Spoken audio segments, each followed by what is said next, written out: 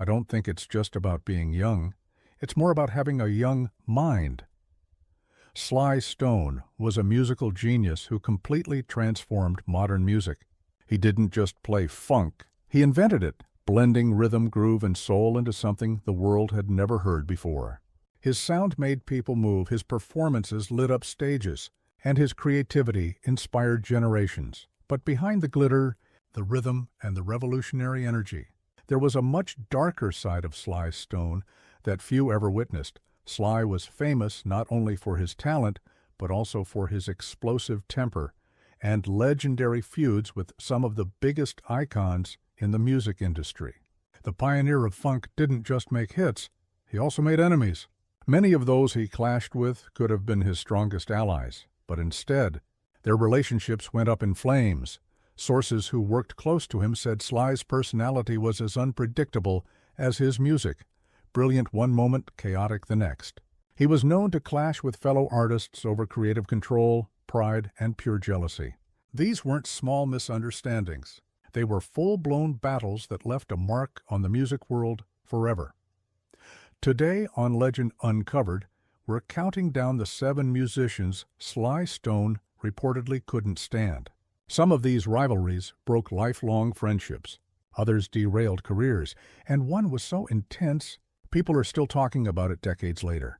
So, get ready for wild stories, alleged betrayals, and shocking behind-the-scenes drama from the dark side of a funk legend. From stolen bandmates to violent confrontations, these feuds will blow your mind.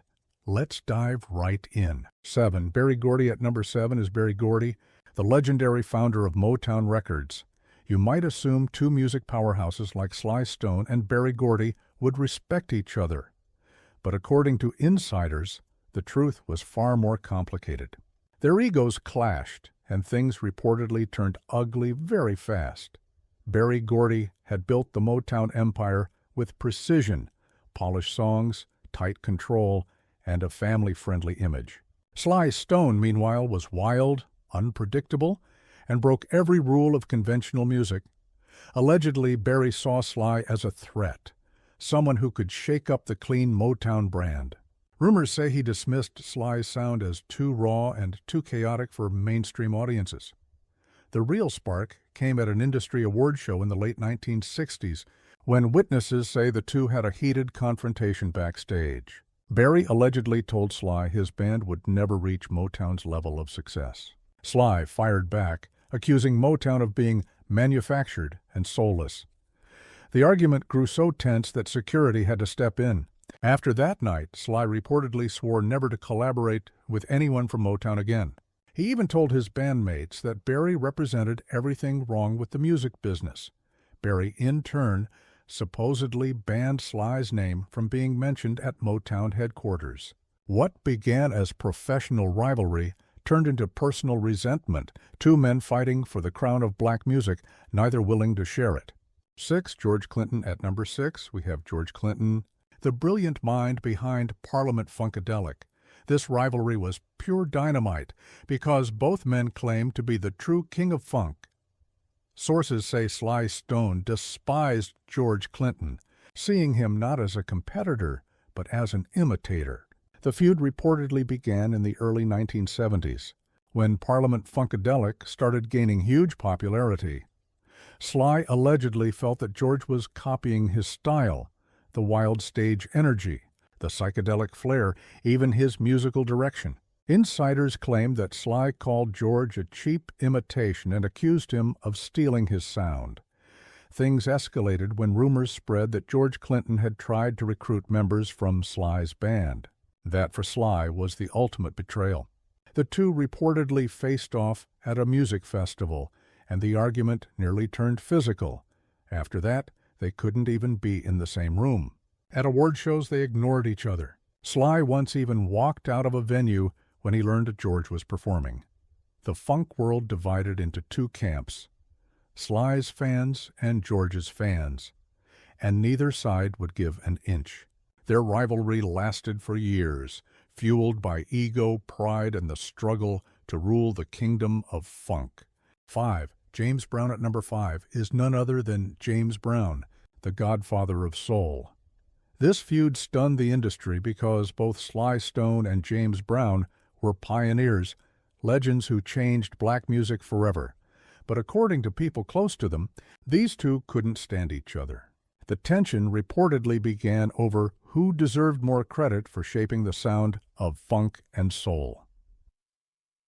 James Brown had been dominating the charts long before Sly came on the scene. But when Sly's new psychedelic funk began topping playlists, James felt disrespected, like this newcomer was stealing his thunder. Their confrontation reportedly took place in 1969 at a recording studio. James allegedly called Sly a kid playing with real music. Sly fired back that James was old-fashioned and afraid of the new generation. Witnesses said the shouting match went on for over an hour until they had to be separated. Things only worsened when Sly's records began getting more airplay. James allegedly bad-mouthed him in interviews, saying his music lacked soul and discipline. Sly didn't hold back either, calling James jealous and washed up. Two unstoppable egos, one stage, and no room for both. 4. Miles Davis. Number 4 is Miles Davis, the revolutionary jazz trumpeter who constantly reinvented music. Their feud shocked everyone. Two geniuses from different worlds, completely unable to see eye to eye. It reportedly started when Miles began blending funk and rock elements into his jazz, a move that Sly took personally. He felt Miles was intruding on his territory and doing it badly. Insiders said Sly mocked Miles's experiments as fake funk with no soul. Miles, never one to stay quiet, hit back hard. He allegedly called Sly's music commercial garbage for people who don't understand real musicianship. Things boiled over at a festival in the early 1970s, where witnesses saw the two confront each other backstage. Miles made fun of Sly's flashy clothes. Sly shot back, calling him a sellout. Security had to intervene before it got worse. It was genius versus genius, and neither one was backing down. 3. Larry Graham. At number 3, we have Larry Graham, Sly's former bassist, bandmate, and once his closest friend. This one was personal. A brotherhood that turned into heartbreak. Larry Graham helped define the sound of Sly and the Family Stone, pioneering the slap bass technique that changed music forever. But over time, tension built up. Sly reportedly accused Larry of trying to steal the spotlight. Larry felt underappreciated and demanded more recognition and more money.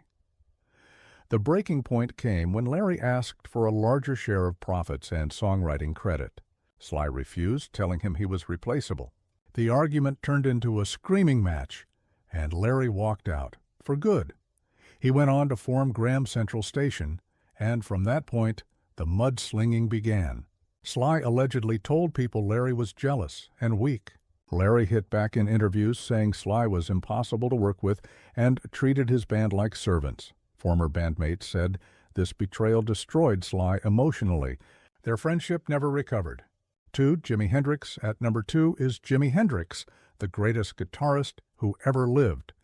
This feud was pure electricity. Two boundary-breaking artists at the height of their fame. Sources say Sly Stone was jealous of Jimi's meteoric rise. It all began at the Monterey Pop Festival in 1967, when Jimi's legendary performance blew the crowd away.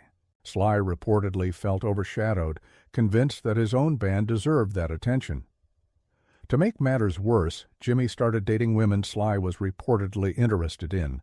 At a party, Sly allegedly confronted him, accusing him of trying to outshine everyone. Jimi laughed, which only made things worse. Sly stormed off, shouting that Jimi was just a gimmick. At Woodstock in 1969, both men performed, but refused to speak. Crew members said the tension backstage was thick enough to cut with a knife. Sly told his band that Jimi's music was overrated. Jimi allegedly called Sly threatened by real talent. It was rivalry, envy, and genius colliding all at once. 1. Bobby Womack, and finally at number 1, Bobby Womack, the soul icon who became Sly's most bitter enemy. This was more than a feud. It was betrayal at the deepest level. It all began when Bobby started working closely with members of Sly's band. Sly reportedly saw it as an attempt to steal his sound and his people. But the real explosion came when rumors spread that Bobby had become romantically involved with someone close to Sly's inner circle. That was the last straw. The two allegedly came face to face at a Los Angeles recording studio, where Sly stormed in and attacked Bobby. Witnesses say they had to be pulled apart as they screamed accusations and threats. Sly called Bobby a snake who'd betrayed him.